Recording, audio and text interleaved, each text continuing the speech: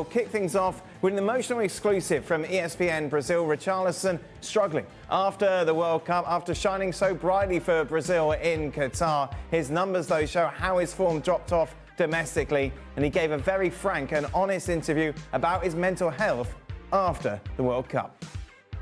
Já queria voltar para casa. Eu queria voltar pro quarto, porque, sei lá, não sei o que tava dando na minha cabeça, velho. Não sentia mais. Eu cheguei a falar com meu pai que eu ia desistir. O que eu passei, assim, depois da Copa do Mundo e descobrindo coisas aqui dentro de casa de pessoas que conviveu comigo mais de 7 anos, tipo, é loucura, velho. E chegar pro meu pai, onde foi o cara que correu atrás do meu sonho, assim, e falar que, pô, pai, eu quero desistir, é coisa de louco. Tinha acabado de disputar uma Copa do Mundo, pô, no meu auge. Então, eu tava chegando assim, tipo, no meu limite mesmo, sabe? Eu tava Quase isso, né? Numa depressão ali, tipo, sei lá. E tava querendo desistir, velho. Sei lá. Tava sofrendo muito ataque depois da Copa. E junto com esses problemas pessoais dentro de casa, afetou muito. Afetou, tipo, nunca... Logo eu, tipo, parecia que era forte, assim, mentalmente, sabe? Depois da Copa do Mundo, parece que desabou tudo, velho. E só querendo ou não salvar vidas, velho. Eu tinha esse preconceito antes, eu falei na entrevista que eu tinha esse preconceito antes. Eu... Achava que era frescura, né? Frescura, achava que eu tava doido, achava que... da minha família mesmo, tem pessoas que acham que quem vai pro psicólogo acha que é louco, acha que é doido, mas eu descobri isso e achei maravilhoso, a melhor descoberta que eu tive assim na minha vida mesmo. Raw and emotional interview there from Richarlison, very much championing those struggling with mental health to go and seek help. As we welcome in Jürgen Klinsmann. Jürgen, from a coach's point of view, when someone's injured, obviously it's all about, are you fit, are you ready to go? When it comes to mental health, how difficult is that to deal with when you're trying to get your team going, you're trying to get the best team out there, when you've got players who are clearly struggling? Well, it's probably the biggest challenge for all managers, coaches out there, is to understand in which mental conditions the players are day in, day out. And you deal with, on the top level, with 25, 26 highly paid professionals, and all of them are different. All of them are very, very different. So I can absolutely feel for Richarlison, what he went through, especially after the World Cup. I was there myself. I saw them play. I saw his beautiful goal, first of all, and then I saw him go out against Croatia in a drama game. And this hits you very, very hard. I went through an experience like that in the '94 World Cup in the US. We lost in the quarterfinals to Bulgaria, and I was destroyed for months, because at that point I had 5 goals. I thought maybe I gotta win this thing also as top scorer. So this is very, very important nowadays, you know, to understand their mental condition, to understand what's going on in their private lives, to understand what's going on in their public lives. The generation of today, it's really nothing to be jealous of, because they go through a lot of emotional issues day in, day out. Now with social media, obviously the whole world judges you. The environment changed. It's a lot different to what we experienced maybe 20, 30 years ago. When I took over Germany in 2004, I introduced a sports psychologist to the team, and they called me crazy in Germany because it was not their way of solving things. Well, that sports psychologist is still today with the federation, thanks God, because they can read things better than we do. You know, we go, basically our school is, from a manager point of view, is the game. You know, we study the game day in, day out. We try to figure things out between people and try to manage people. Obviously, the words, you know, man management, as Stevie often says, you know, is very, very, very important nowadays. But you cannot see it all as a manager. You cannot see what goes on behind the doors with your players day in, day out. You know, maybe something personal happens in the background, something in the family, something that we don't even know.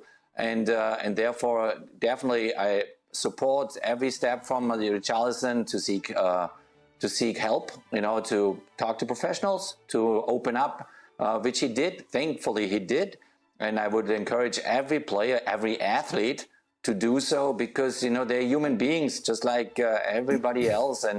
And you have problems and you have to solve those problems. And often these players are left alone because obviously we think, they're machines. They can go day in, day out. They can play every 3-4 days. And it's not the truth. The truth is they are vulnerable.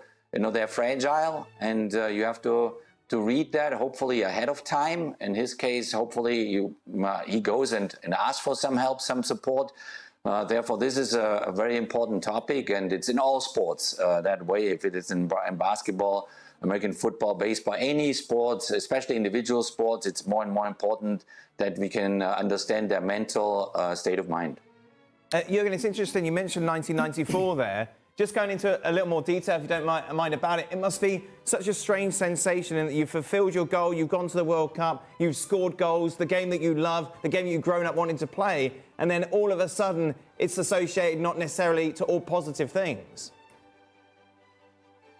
Yeah, you go through these extremes, extremes highs in terms of you think you are in that tournament. I scored 5 goals until the quarterfinal. I thought, I have a good chance. The top was then 6 goals. We had actually with Germany in that World Cup an extremely really good team. We had the addition of the East German players joined us after the reunification, and we were overconfident. We were in a certain way, we were too arrogant than to win the tournament. But we had, quality-wise, probably the better team than 1990 when we won the World Cup. And then when you get that shock, you get sent home by another nation, and they just gave you a better game, then it's really difficult for you to comprehend. And you fly back, to Germany or wherever, maybe on vacation, and you try to understand what did really happen. And it goes deep. It goes deep in you. And so what Richarlison felt, and I watched every Brazil game in Qatar. They did until that defeat against Croatia. For me, Brazil was the best team in Qatar because they were a step ahead of Argentina in that moment. We're talking about the quarterfinals then, and France. And so everyone feels then pain differently. Obviously, we're all different. And some players then they go too deep then in their frustration, in they get into a depressive mode, and you gotta read that, you gotta understand that. But as the national team manager, then also you're not living with them day in, day out. So their family needs to be there, their friends need to be there. They need to understand what's really happening now with such exceptional athletes. But at the end of the day, they're just very, very normal people, simple people. And they need help. And I'm really, really happy that he asked for help and he got the help and he pulled himself out of this dark moment and is back in very, very good shape and plays wonderful football again. It must be a strange sensation because you want to play, obviously. You want to put it out there, you want to be as part of your team, but in the back of the head, like you're not where you should be. You spoke about this in your book. Yeah. Like when Hillsborough happened, something that you kind of put deep down, but you realised you weren't quite the same player that you wanted to be.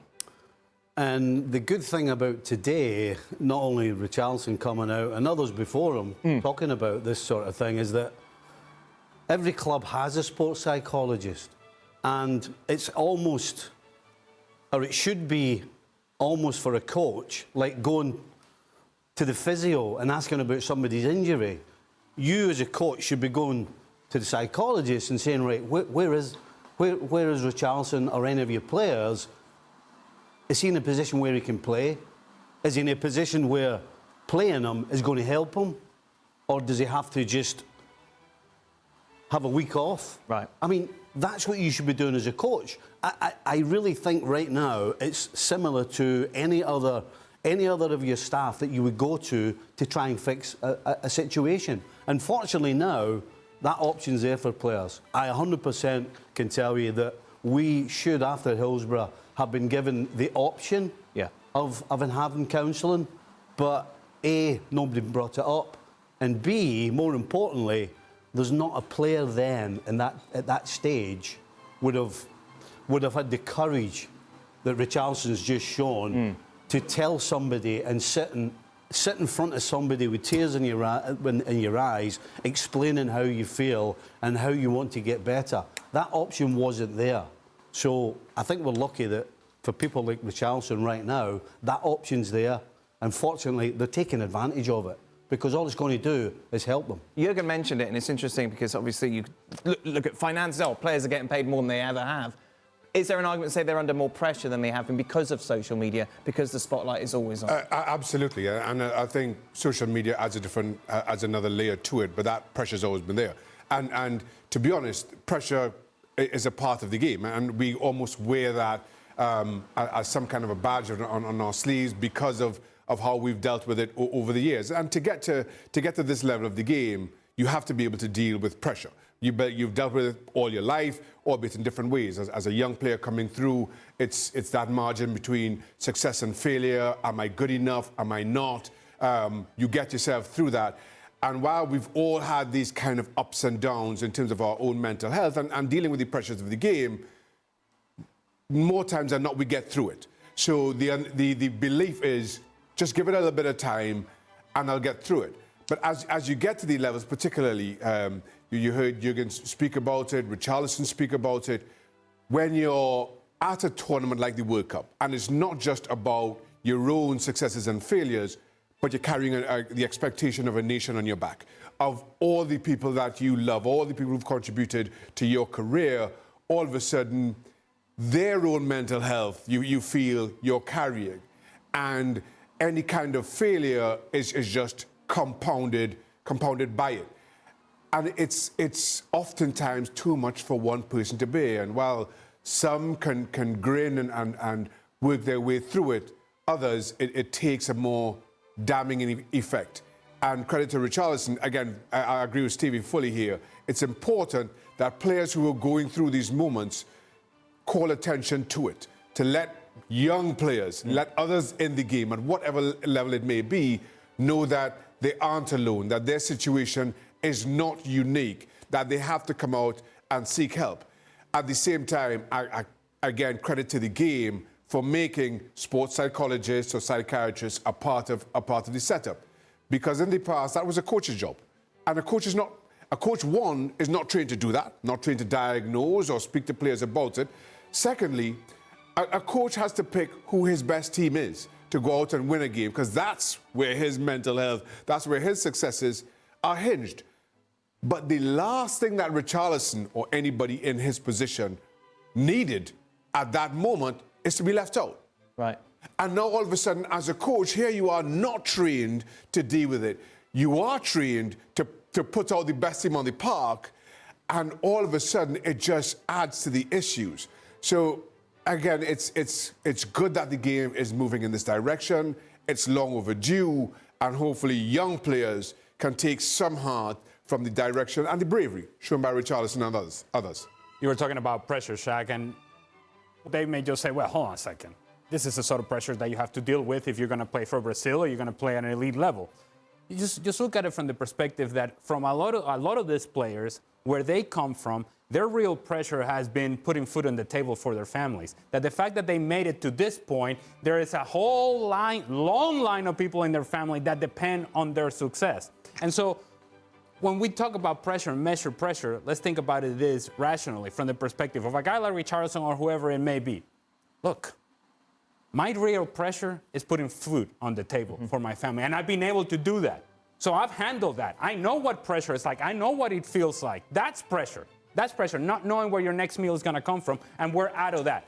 So it's not so much about the pressure itself. It's about dealing with the disappointment of what were the expectations, your own expectations, the expectations of a country, the expectations of everybody around you, of those long line of people that depend on you, not being able to deliver on those expectations. And that is the thing. We all play to win. What fueled us was the competition and to win. And when you don't do that, it hits you, and it hits you hard. And to the point that these guys were making and that Jurgen was making, that now this is available in the game, what's also important is that it's no longer taboo to talk about it, and that it's becoming more normal to talk about it. That it's actually, I cannot imagine, and I don't go nearly as far back as Stevie or Shaka, but I cannot imagine a locker room, even in my time, getting up and actually talking about the fact that you have mental health issues. It was taboo. It was a sign of weakness. It was a sign of a guy that you cannot trust. And the guy who actually spoke up and would say, I have issues with mental health, you don't trust that guy anymore in the locker room. Right. You turn your back from that guy. It's like, nope, this is not a guy that we can carry into the game because we don't know how he's going to react. The fact that players like Richarlison are talking about this makes that tag of being taboo kind of go away and normalizes the conversation. And I think it's important, like critically important, a point that it's already been made.